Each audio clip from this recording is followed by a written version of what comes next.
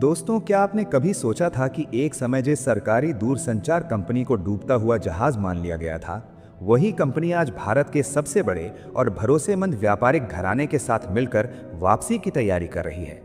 जी हाँ, आज हम बात कर रहे हैं टाटा ग्रुप और बीएसएनएल के उस ऐतिहासिक गठजोड़ की, जिसने पूरे भारतीय दूरसंचार बाजार में हलचल मचा दी है। ये कोई साधारण घटना नहीं है, बल्कि 1 लाख करोड़ रुपए से अधिक के निवेश, सरकारी समर्थन और स्वदेशी तकनीक पर आधारित एक ऐसी महायोजना है जो सीधे तौर पर रिलायंस जियो, भारती एयरटेल और वोडाफोन आइडिया जैसी निजी कंपनियों के वर्चस्व को चुनौती देने के लिए तैयार की गई है। एक तरफ जहां निजी कंपनियां अपने रिचार्ज प्लान महंगे कर रही हैं, वहीं दूसरी तरफ टाटा के साथ मिलकर बीएसएनएल एक ऐसा स्वदेशी नेटवर्क तैयार कर रहा है जो सस्ती, सुरक्षित और भरोसेमंद कनेक्टिविटी का नया दौर ला सकता है। एक समय था जब कश्मीर से कन्याकुमारी तक सिर्फ बीएसएनएल का नेटवर्क गूंजता था, लेकिन फिर निजी कंपनियों के 3G और 4G के तेज विस्तार ने बाजार का गणित बदल दिया। मुफ्त डेटा और सस्ती कॉलिंग की आंधी में सरकारी कंपनी पिछड़ गई, ग्राहकों का पलायन हुआ और बाजार में सीमित कंपनियों का दबदबा बढ़ गया। अब सवाल उठता है, सरकार ने बीएसएनएल को बंद या बेच क्यों नहीं दिया? इसके पीछे राष्ट्रीय सुरक्षा और रणनीतिक सोच है। देश की सीमाओं पर तैनात जवानों से लेकर सरकारी गोपनीय डेटा तक संचार नेटवर्क किसी भी राष्ट्र की रीढ़ होता है। पूरी तरह निजी या विदेशी उपकरणों पर निर्भर रहना जोखिम भरा हो सकता है। इसी सोच के तहत प्रधानमंत्री नरेंद्र मोदी की सरकार ने स्वदेशी तकनीक को प्राथमिकता दी। सरकार ने नेटवर्क आधुनिकीकरण की जिम्मेदारी टाटा कंसल्टेंसी सर्विसेज और तेजस नेटवर्क्स को सौंपी है।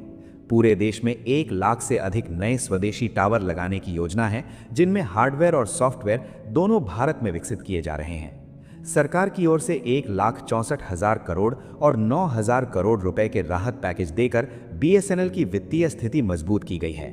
इसका उद्देश्य है पुराने कर्ज खत्म करना और 4G और 5G नेटवर्क को तेजी से लॉन्च करना।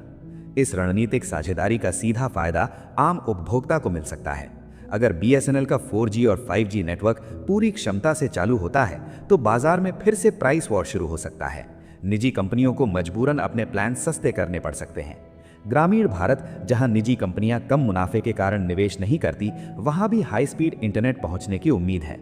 आज जब पूरी दुनिया इलॉन मस्क की स्टारलिंक जैसी सैटेलाइट सेवाओं की ओर देख रही है, ऐसे समय में भारत का अपना मजबूत जमीनी और स्वदेशी नेटवर्क होना और भी जरूरी हो जाता है।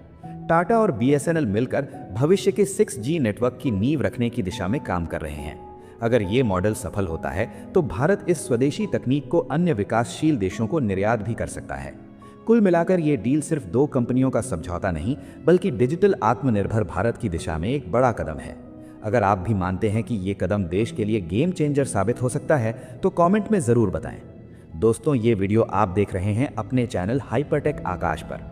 अगर आप भारत के टेक, डिफेंस और टेलीकॉम से जुड़ी ऐसी ही गहराई वाली जानकारी चाहते हैं तो अभी हाइपरटेक आकाश को सब्सक्राइब करें।